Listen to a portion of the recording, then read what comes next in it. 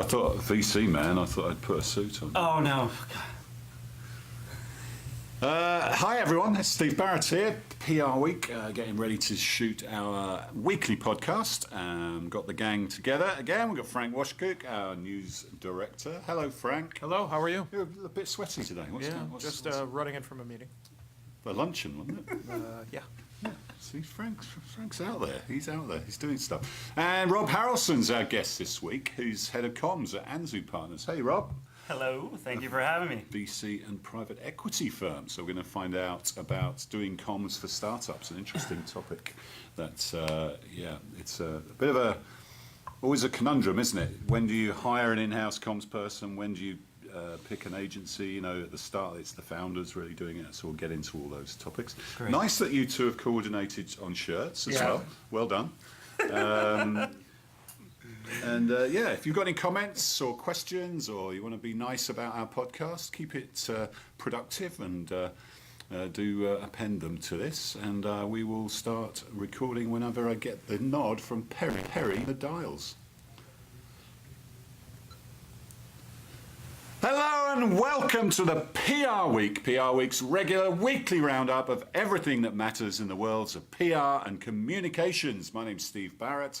I'm the editorial director of PR Week. I'm going to guide you gently through 20, maybe 30 minutes, the way things pan out these days, of another fun podcast. We've got Frank Washkuch here, our news director. How are you doing, Frank? I'm well. It's a hot day. Thanks for having me on here in the air conditioning. Incredibly hot, yeah.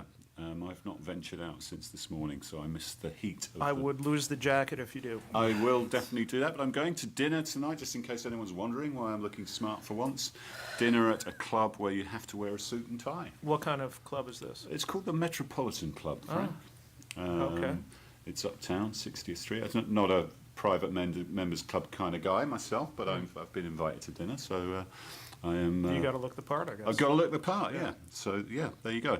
And we've got Rob Haralson, who's head of communications at Anzu Partners. Rob, welcome to the podcast. Thank you very much. I'm glad to be here and glad to be indoors. Yeah. So I put a suit on, private equity VC firm coming in, and let you scruffier than Frank is. You know, what's going on?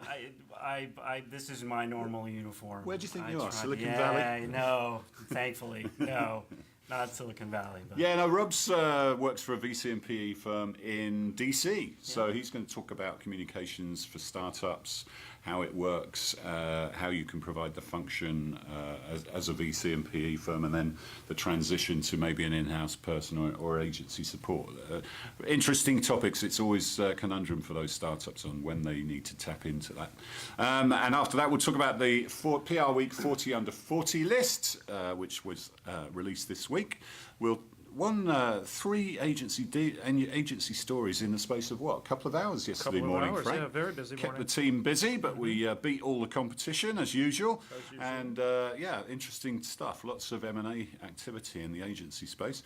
We'll talk about the Qatar Soccer World Cup. That story came back into the news on Sunday, courtesy of an in-depth piece of reporting by the London Sunday Times, and we even got a name check in there. So I'm not sure that's a good or a bad thing, but it's the Black Ops end of PR that really doesn't give the industry a great name, if judging by that article anyway. So we'll talk about that. And CEO behaviour has been under the spotlight again this week. It's always under the spotlight, but Elon Musk, John Schnatter and Les Moonves, all sort of in the news. We'll talk about that. Whoopsie. yeah, well, exactly. And WhatsApp Biz API, if we can get through all the other topics and have some time left, and if anyone's got any opinions left by then. And anything else that catches our attention in the next few minutes. But Rob, let's start with you. First of all, tell us a little bit about Anzu. You have about $150 million worth of companies in your portfolio. Yeah. Tell us what sort of companies, why you're based in DC, and tell us a little bit about the firm. So Anzu is a venture capital and private equity firm. We focus mainly on breakthrough industrial technologies. So we're actually not in Silicon Valley chasing after the next greatest app. There's some great VC firms that do that, but it's really not our thing. Yeah. For us, it's more laser beams and OLED panels and geeky manufacturing, and materials, modeling kind of stuff. Is DC a good place because it's, or does it not really matter where you? Well, so it interestingly enough, because we're not in Silicon Valley, our companies are actually all over North America. We have companies in Toronto, Canada, in Vancouver, or outside of Vancouver. We have a laser beam company in Centennial, Colorado. We have a company in Philadelphia, Pennsylvania, Boston, Massachusetts. So we do have some presence in Silicon Valley, but so we can really do this from anywhere. We actually have 4 offices, one in DC, one up in Boston, one in San Diego, and actually one in Tampa, Florida. So we're about 22 employees, and we're spread out, over 4 different offices. So. And is there a lot of innovation in the industrial sector in America? Because it's vitally important, isn't it, to keep the country competitive? So. Yeah, absolutely. I mean, we, part of the investment strategy around this was built around, this, what we found out to be that only probably 70% of growth capital in the last 2 decades has been given to industrial technologies. And so there's, what percent? It's 7. 7, wow. Yeah, it's really kind of an untapped market. And if you look at how some of these technologies affect kind of transformational shifts in, electric economy or in manufacturing or in, 3D printing or whatever, you really begin to realize how important these technologies are. And so our focus really is helping these companies commercialize their technologies. We do early stage. We're not like seed funders. We usually will look at companies that have demonstrated technology. They've kind of surpassed the science risk, but they haven't. They need help commercializing it or help entering a new market. That's really where our specialty is. So we have about 14 portfolio companies now. On average, I don't know how it is for other VC firms, but we do about an average of 4 deals a year. We probably look at 200 something companies. I mean, it's the diligence process is really, really stringent. And we'll go up to, 15, 16, 17 companies before this is. And where do you think America's at in terms of competitiveness at the moment? Seeing that many startups must give you an interesting bellwether, an interesting look at the innovation. No, it is. I think at least on the industrial side, I think the United States is incredibly competitive because not only are we seeing some incredible innovations happening here in the United States and even in Canada, but the interest from other regions of the world for that technology is also equally as important. And so I really do think that the United States is doing really, really well. Yeah. On the industrial side. And of course, you say commercialization. Part of that process is starting to realize that you need to market yourself and do communications and start having those functions beyond just maybe the founders and the principals that got the thing up and running. And having covered Silicon Valley for many years, that's always been an issue down there, that founders tend to be very focused on their vision and their company. And Mark Zuckerberg was a great example of that. He was not a natural communicator. No. He really had his head down, and for many years didn't really. He realised eventually he needed to improve that. There was that famous interview at Recode, wasn't there, where he's sweating profusely, etc. Like I'm doing now. Yeah, well, I'd say he's probably still not the most natural communicator, but he's much, much better. He's better. So how does your head of communications for Anzu, but also you provide communications advice for your portfolio companies as well? We do. We're what we call or reference ourselves as a platform VC. We're very, very hands-on. I think there's some investment strategies that VCs will write a check, and they have belief in the founders, or they have a belief in the technology, and they say, go, call us if you have any issues.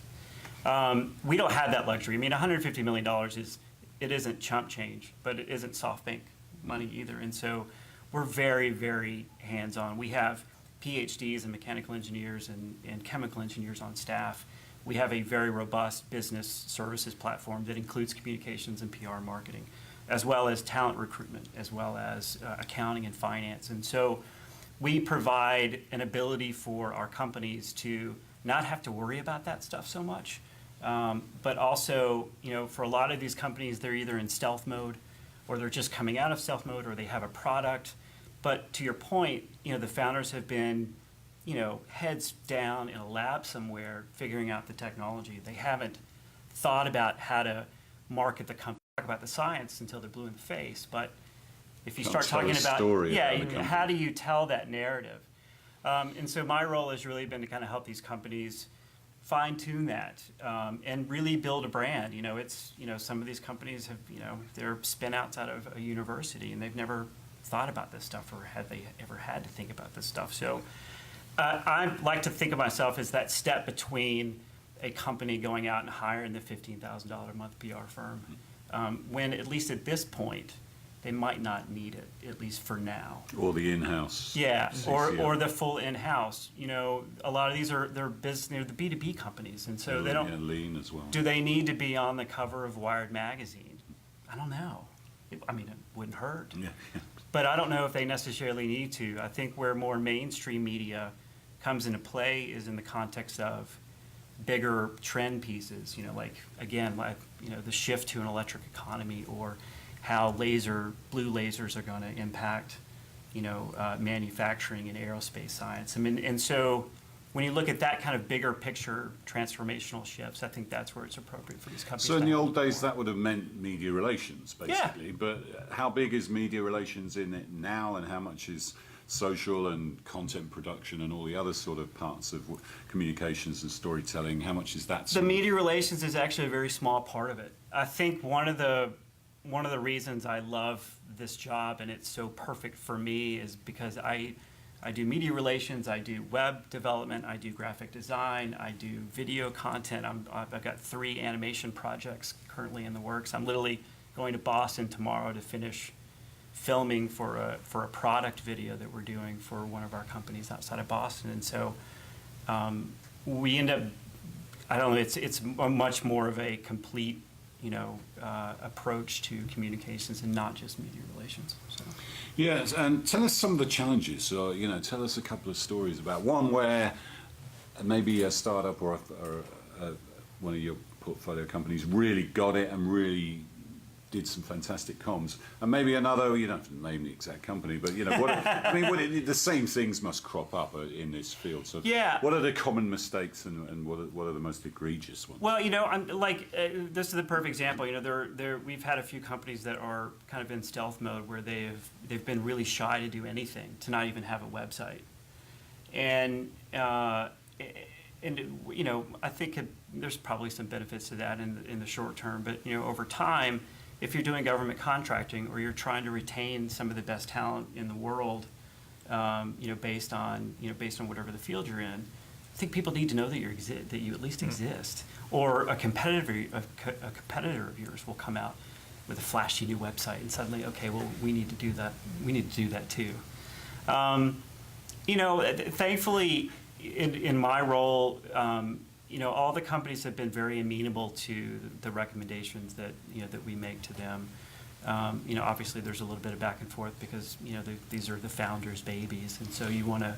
Yeah, and it doesn't come naturally to some founders, does it? Yeah, It no, really doesn't. It really doesn't. I said earlier, and we had one CEO that said, "Listen, I can talk about the science all day long, but if you put me in front of a reporter, I'm going to clam up." And so it's there it's a little bit of media training and making sure that they're ready to sit in front of talking to a reporter. So Do we still have that effect on people?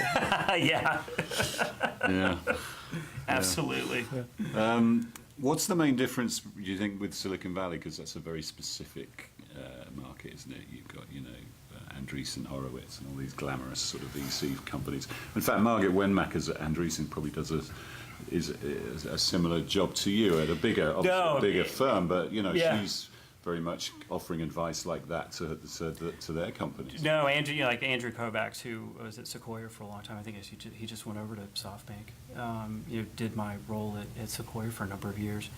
I think it depends. I mean, in Silicon Valley, most of the time it's their consumer-facing products or their consumer-facing markets and apps or whatever the product that you're trying to sell. And so I think inevitably the communication strategy is a little bit different because you're reaching a completely different audience.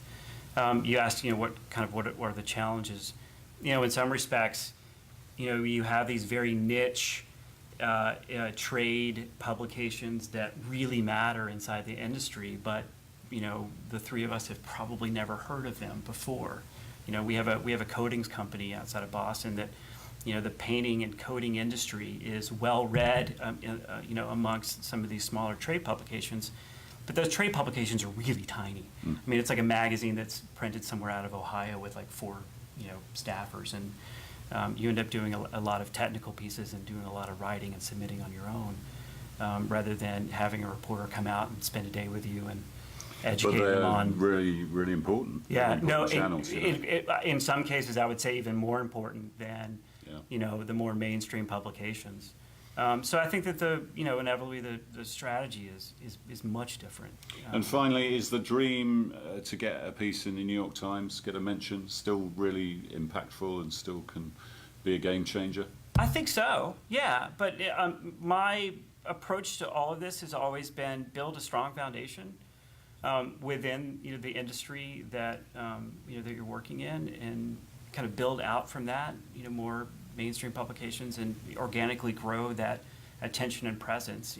Listen, everybody wants to be on the front page of the New York Times, but it's not always warranted. You got to earn it. Well, the front page of the business section, that's pretty good as well, Yeah, in a good way. You don't want to be on the front page of the New York Times in a bad way. Absolutely not. All right, Rob, fascinating stuff. It's an interesting subject, actually, and it's good to air that on the podcast. Frank, over to you. Yes. PR Week's 40 under 40 list. You would still be eligible for that, as you are a millennial, aren't you? Well, I'm not a millennial, but I would still be eligible. I thought we cleared this up the other week. We did, and I am safely not a millennial. Oh, okay. I was reading through the 40 under 40 on the train right up here, and I realized that I missed that boat by a few years. Yeah. But then I also was, I recognize obviously many of the companies and the firms, but I was less recognizing the people. One of our competitors has launched, 7 over 70 or something, which might be more on my radar. But anyway, for those watching on Facebook Live, here's the 40 under 40, going back to print media. It's a good list. It's a good list, and it's a great. It's always one of our most popular things. So tell us about this year's, Frank. Well, it is a really interesting collection of people. We have folks from a lot of impressive, Fortune 500, big top name companies. Whether it's Peter Gudrich from Dow Chemical, Luke DeRowan from Arby's. I mean, it's really a good list. They got the meats. They've got the meats, and a lot of the agency world is obviously well represented as well. Yeah, Coca-Cola, Tinder, Yeah. Twitter, lots of great. United Healthcare. Yeah. I'm leafing through it right now. It's a very good list. It's a great list, very diverse list as well, and I think it's a great bellwether for the future of the industry, actually. Really, really impressed with the list this year, as I am every year, and I always say to those who are disappointed not to get on it. I mean, we literally get 350 applications for this. We could absolutely do like an 80 under 40 and easily. There's easily 100. Fantastic PR pros. So those who make it should be justifiably proud. And it's really worth leafing through. I'm sure the recruitment companies are doing that already. But anyway, we're going to celebrate at a dinner in New York City. God, now I've forgotten the date. Is it October the 22nd? It's around that time anyway. But it's going to be a great night, so do join us there.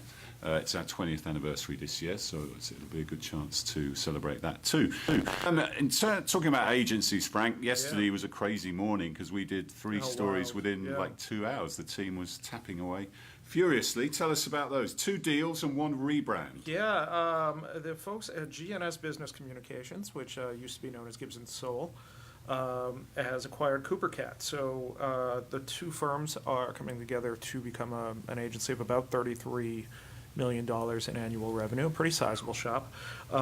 It's an interesting mix of firms. For the Cooper Cats people, it will be the first time they work with some heavy industry clients.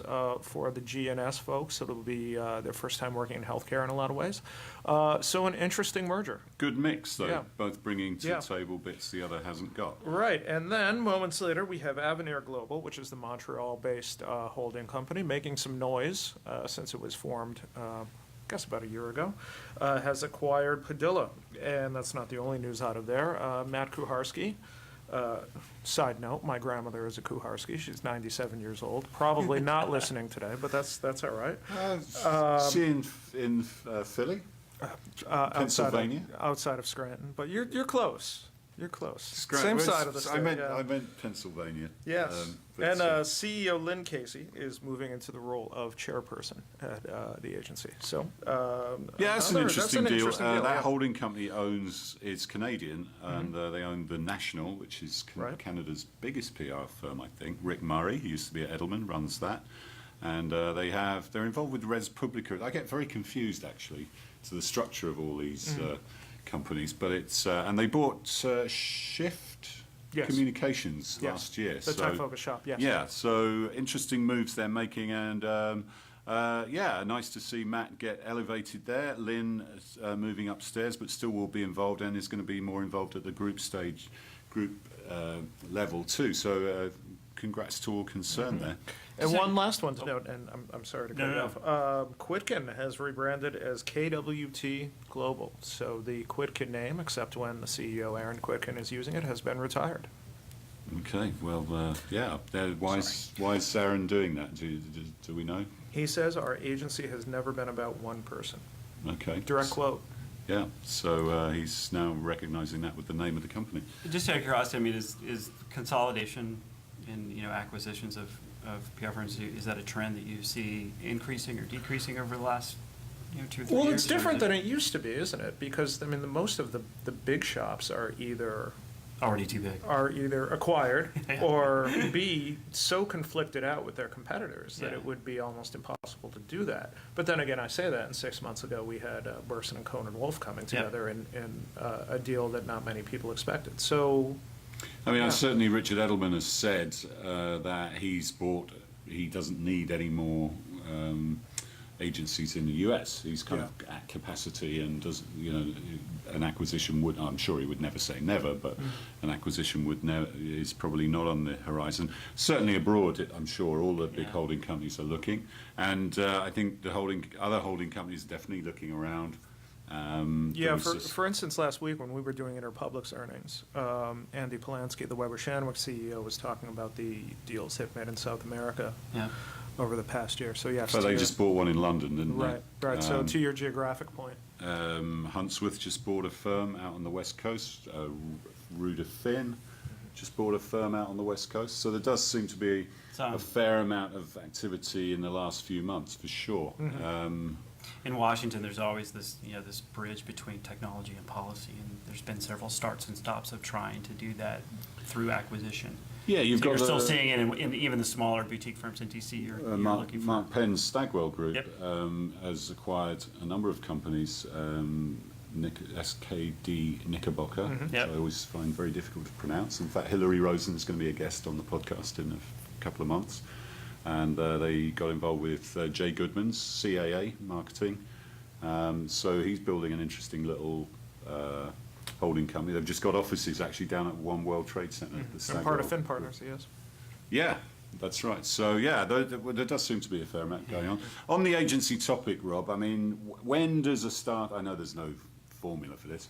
When does a startup need to start thinking about taking on external consultation in terms of an agency, or can that be used from the start? As a because they can't afford say a full-time CCO. So Yeah, I think there's some agencies that will say, absolutely on day one, you need some outside help to give you perspective on, branding and positioning and really how to position your company kind of in the market. For at least for our companies, because they are traditionally More kind of B2B, B2B. Like I said, I'm kind of that step in between a little bit, where they don't have to go out and spend, a pretty sizable amount, of retainer every month for a PR firm. So, again, for us, if they have a product, if they're trying to reach into particularly if they're trying to enter a new market, it can certainly be incredibly valuable to have, a firm kind of come in, and particularly if they're specialized within that industry. If you're reaching kind of a new region, Certainly I've partnered with PR firms in other parts of the world to help us when we're doing stuff in Australia or China or whatever.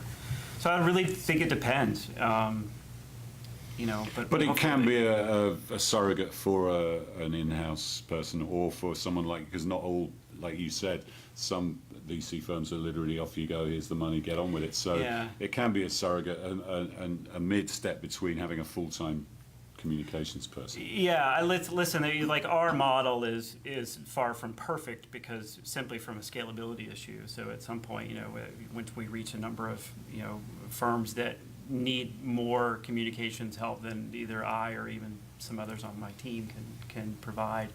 At least for us, that's when we say, okay, listen, it's time for you guys to have an outside firm help. All right, Frank, let's change the subject. Qatar, the Soccer World Cup, somehow is being held in Qatar in 2022. No idea. Do you think it will actually happen in Qatar?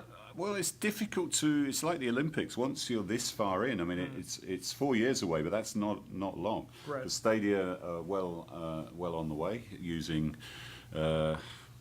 imported labour and some reportedly in terrible conditions, and a lot of people dying on the job, literally. But I find it disgraceful that the tournament was given to Qatar.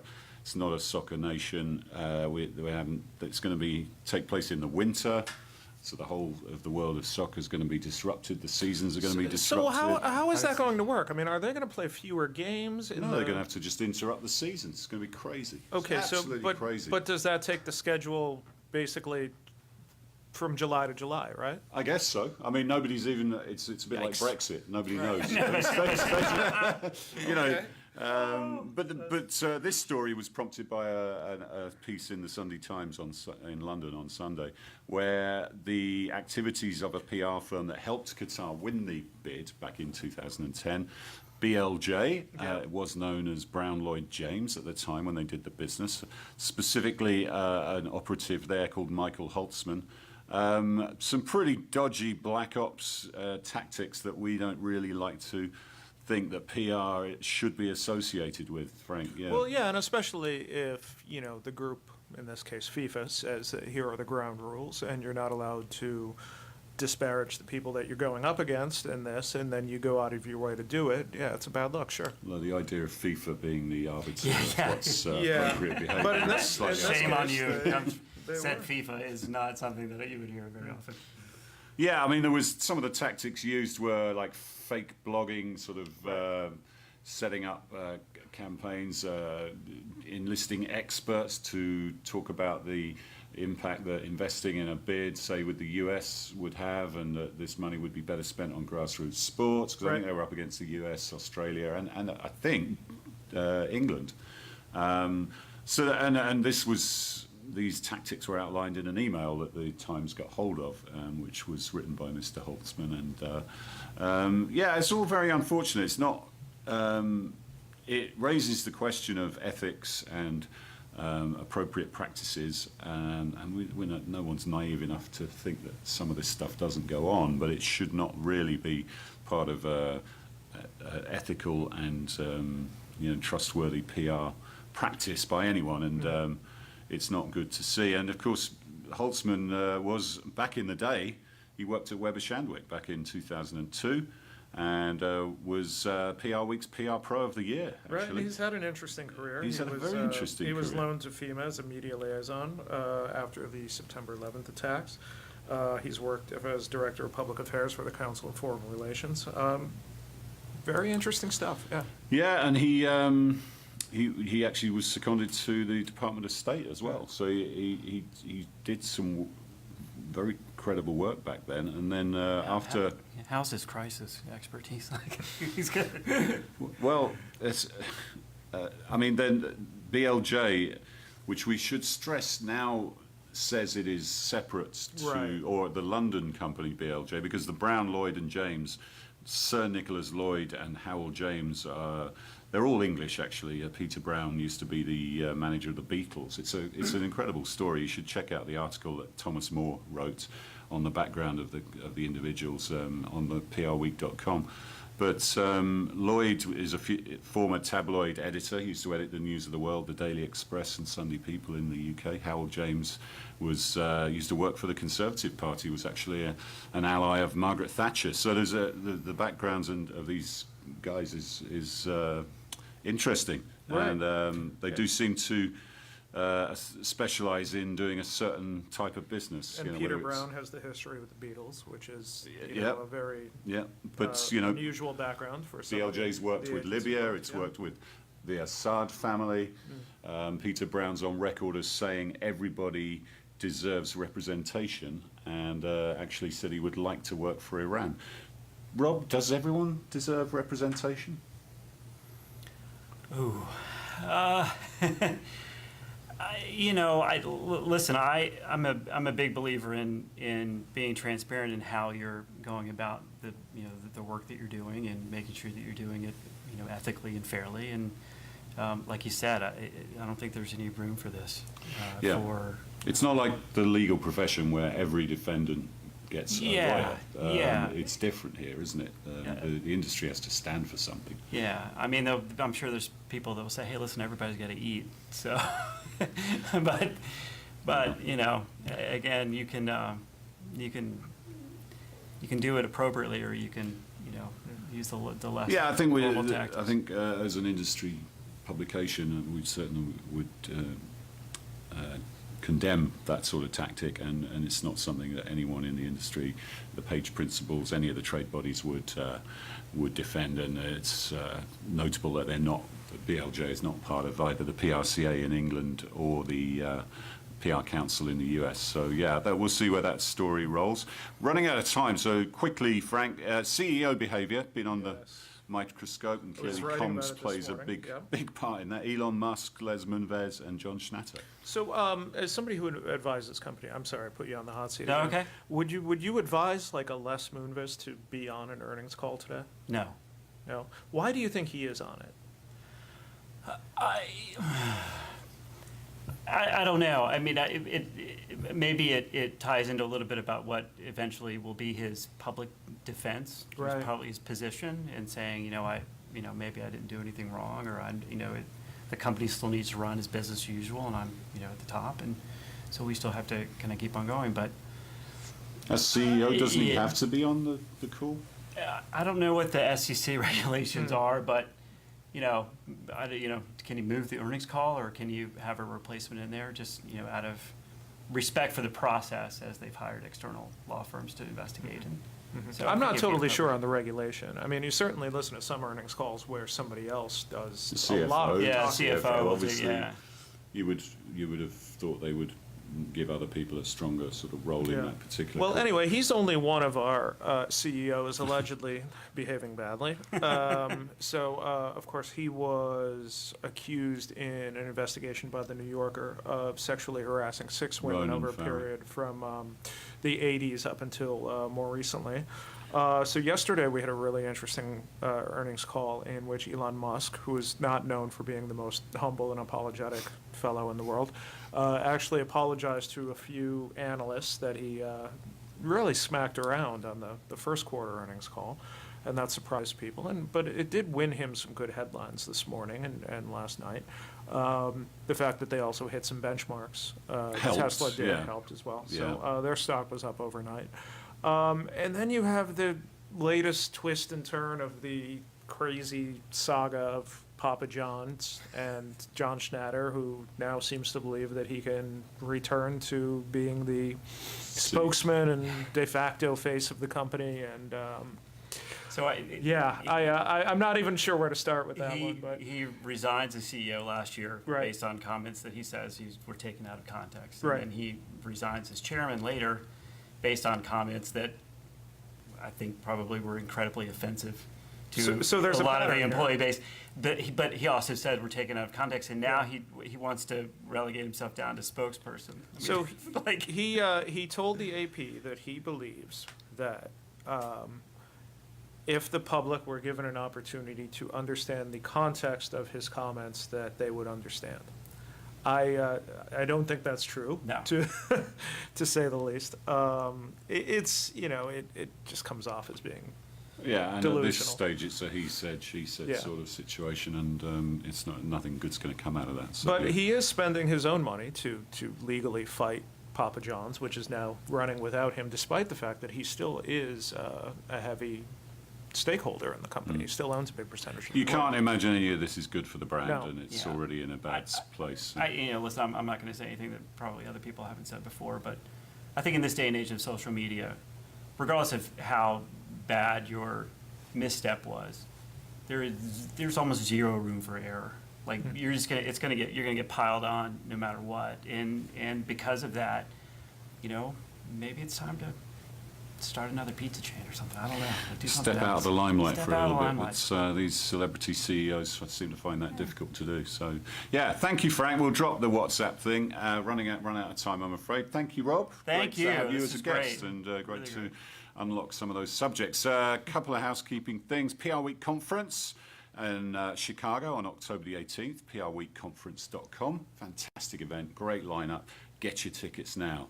The PR Week Awards, they're open for entries, our 20th anniversary awards. I think you've got until October the 2nd to get those entries, but that will be with us sooner rather than later, so take advantage of the time in August to get started on that, and there's going to be a webcast from PR Week Uncovered to give you some tips on that. And in fact, I wrote a blog about it last Friday if you want some tips on putting a good entry together. But that's all we got time for. We'll see you next time on the PR Week.